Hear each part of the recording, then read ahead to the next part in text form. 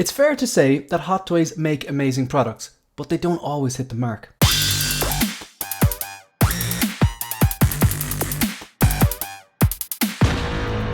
Hi everyone, welcome to One Six Figure Focus, and you are very welcome to day 6 of the 12 days of Christmas, where every single day for the 12 days of Christmas I'm dropping a video at 3 p.m. Greenwich Mean Time. So it's all about kind of like a year in review. So this particular video, it's a little bit negative, I'm not going to lie. I'm going to kind of give you a warning right off the bat. These are like my top 5 biggest disappointments from Hot Toys in 2022. Now let's face it, just a precursor. It's first world problems. We're grown men and women who collect toys, okay? First world problems. However, because the company, these products, they're high quality, you know, they have set the precedent as being very, very high quality. They're luxury items and they have a high price tag. You do have high standards. We do, as collectors, have high standards because we want to get value for money, especially with things getting so expensive now and, you know, no one's wages are going up and stuff like that.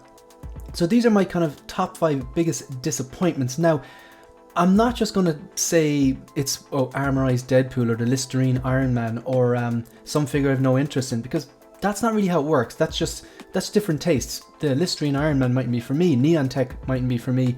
The Armorized Deadpool isn't for me. The Venomized stuff isn't for me. But it's going to be for someone out there who'd actually love that. So that's not what it is.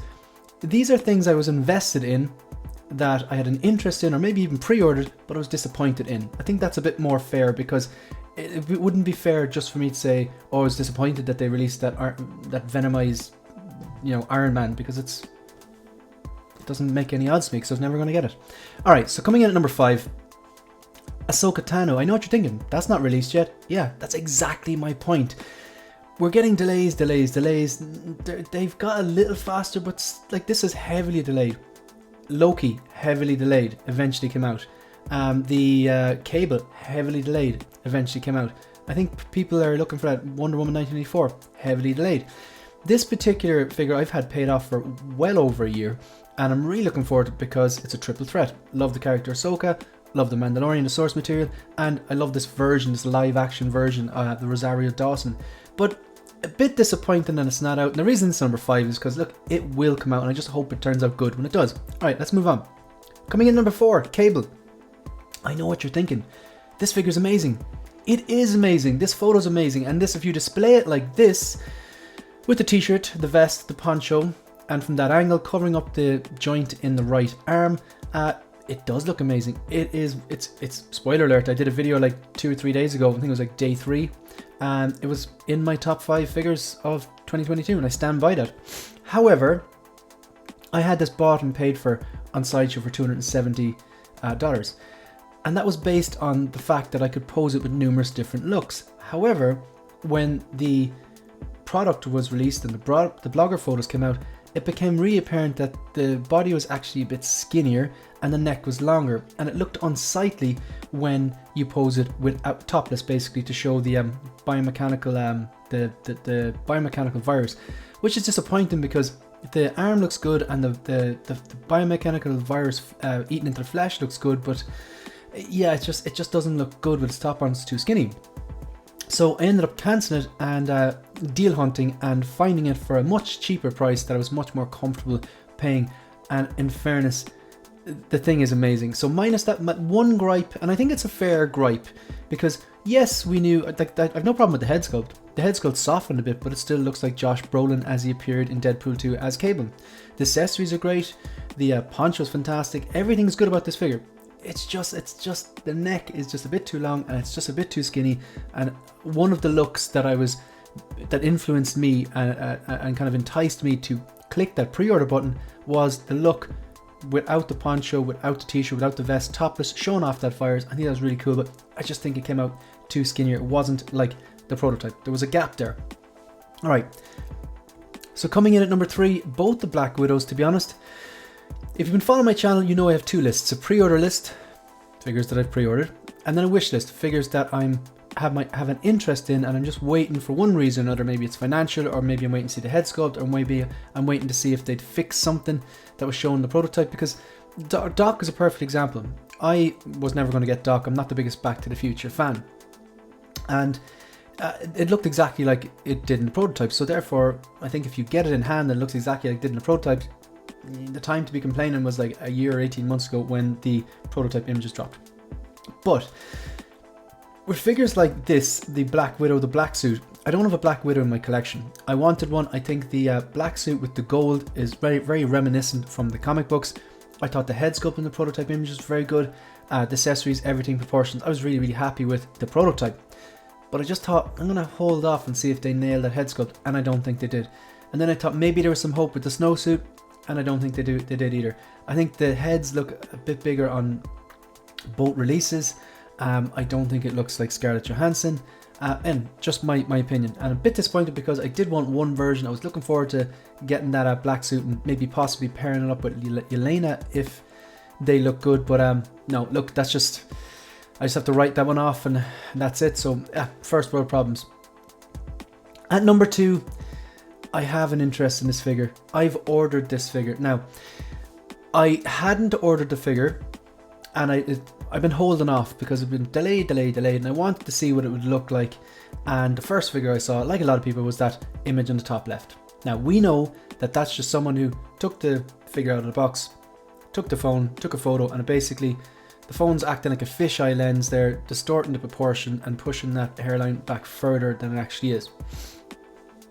I don't think that the sculpt is great, even on, I've seen multiple reviews at this stage, multiple different photos. However, with the helmet on, I think it looks glorious. Glorious purpose. Is it the best 1/6 scale Hot Toys Loki to date? I do think so. Is it better than the previous Avengers 2012 Loki? Yes, the tailoring is so much better. I think the head sculpt is better as well. The gripe is that, kind of like Cable, in order for the money they want, I think it's like, this is actually quite reasonable. I think it's $260 or $270. For the money they want, they're advertising it with the helmet off, with the mouthpiece and the handcuffs and the Tesseract. I think that's a really cool moment from Avengers Endgame, and I would have absolutely displayed it like that. Would I have displayed it with the helmet more? Yes. So I did the same thing here with Cable. I hadn't got this ordered. I waited to see it. I'd watched all the streams. I'd watched every review I could get my hands on, and I've come to the conclusion that it is still worth it to display it with the helmet on. I still think it's iconic. It's going to plug in nicely and pair well with my Mark 6 for an Avengers 2012 display. And I'm not a completionist, but I like plugins. I like figures that you can pair with different scenes and they make sense. Or this will go with my Endgame display that I have on my floating shelf here. So I'm still really, really happy with the price I paid. I got it from Lion Rock Toys, and I paid it was $180 shipped. I'm happy enough with that. I don't think I would have paid $270 for it. And you know what? Who knows? Maybe when I get it in hand and I display it, I might like the head sculpt and display. I still think I'm going to display it sometimes with the helmet off and that mask and the Tesseract and the handcuffs. Despite the head sculpt not being as great, I don't really fall into the get it in hand argument. I think there's enough like HD and 4K footage and great photography around there that you get an idea. The photo on the left here on the screen, that is not a good example of good photography. Now, just going to run back through those. So, my top 5 disappointments, that Ahsoka is still not with us. Number 4, Cable, you can't really display him with topless, which is unfortunate because there's a lot of detail in his body and the biomechanical virus looks great. But again, don't take that away. It's still one of my favourite figures of this year. Black Widow, black suit, bit disappointed with that. Loki, but the number 1, you probably guessed it. You know, if you've been following the channel or if you've seen me on streams, I'm a massive Dark Knight Trilogy fan, a massive Bale fan, Nolan fan, Batman Begins. This is an insult to the collectors who've pre-ordered this and bought this, and an insult to the movie itself, I think. They can do better. Now, what I'm talking about is the clips are out here, they should be down here. That might seem like a minor gripe, but this is not a hard thing to fix. Just move the clips down a small bit. It's not the biggest deal. The cape on this is atrocious. It's wired, it's too thick, it's actually too small, it doesn't come around. It's you can see the photo on screen is the prototype images, and it's a matte finish. The suit is supposed to be a matte finish. The cowl is supposed to be a matte finish, but you can see it's glossed up there in the in-hand photo. The cowl is matte, but the body on the actual suit is glossy. And then the neck, once you see it, you can't unsee it. It's very pigeon-like, it's very, very long. Whereas if you look at the Batman Begins cowl, it's very imposing. It's a short, stubbier neck.